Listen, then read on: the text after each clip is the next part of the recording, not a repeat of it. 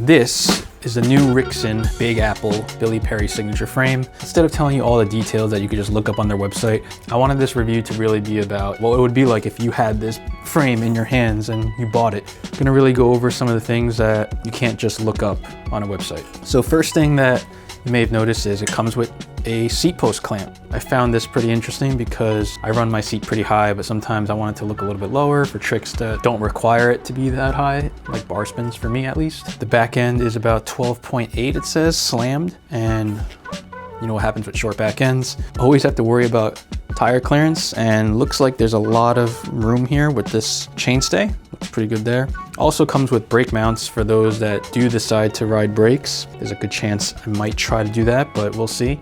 I guess gussets at the top and bottom tube are pretty normal these days too. I would say it looks very similar to my BSD ALVX. I'm going from a 20.6 ALVX BSD to a 20.75 Rixin. I did want to go a little bit longer.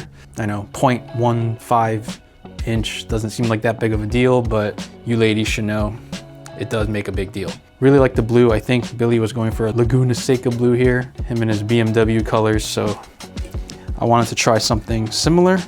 And yeah, I mean, paint quality seems pretty good, pretty standard I'd say, but we all know that's not gonna last very long because I like to paint things. So we're gonna swap this guy on and see what this feels like.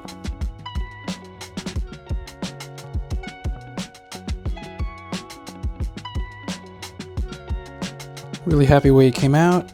Just a couple call outs that I wanted to make right now. I really like how this gold and blue theme going here. Kind of reminds me of like an M3 with gold wheels or something. But we got some gold action up in here. I'm liking it. I'm liking it a lot. It's gonna be a lot tougher to not paint this. The only one real big change I had to do was I had to add one half link. This back end is a little bit longer than the BSD ALVX. We're gonna see how this feels. Hopefully it doesn't feel too long, but I kind of wanted a little bit longer back end because I've been looping out on manuals and ice picks, so maybe I could get used to this. Other thing I noticed was before I had this spacer on top of my stem, like that, but the fork was actually not sticking out of the stem anymore, so I put this smaller spacer here just as more of a just in case kind of thing, but I don't even think I really needed it. So I think this head tube is a little bit taller. Let's get the other frame and take a look. Got the bottom lined up here with the old frame. As you can see, it's a little bit taller. That's probably how I got rid of that little space, but I actually prefer that because I didn't want to have to cut down the fork. I also did notice I left a scratch before. You can't even see it because it's all the way down on the tube, but in order to make it feel like the way it felt before, I actually had to lower the seat post, which is good because I hate the way this looks when it looks so super tall, and now it looks lower. I like it. I could throw this in the trash. Just kidding, I'm not throwing that in the trash. I don't like to throw out frames. And let's go ride.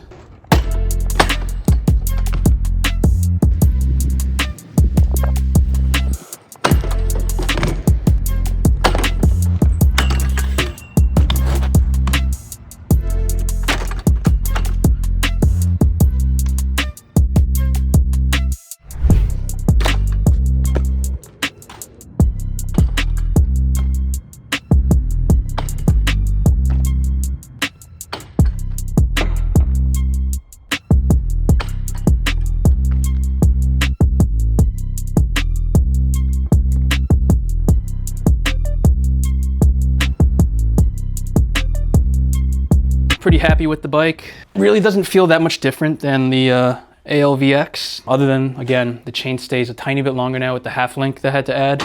Top tube doesn't feel that much different from the 0.15 extra on the top tube. Really like the way the chainstay design is, but I really liked it on the ALVX. But the one advantage is that this does have brake mounts. Maybe I'll run brakes one day, we'll see. Bar spins felt really good actually. I usually hesitate a lot when I'm trying to throw them, but didn't hesitate once, which was pretty surprising. Crank arm grinds felt much better, even though I haven't done them in a long time. I think maybe that extra little length or something made a difference. For instance, I ride 170mm cranks.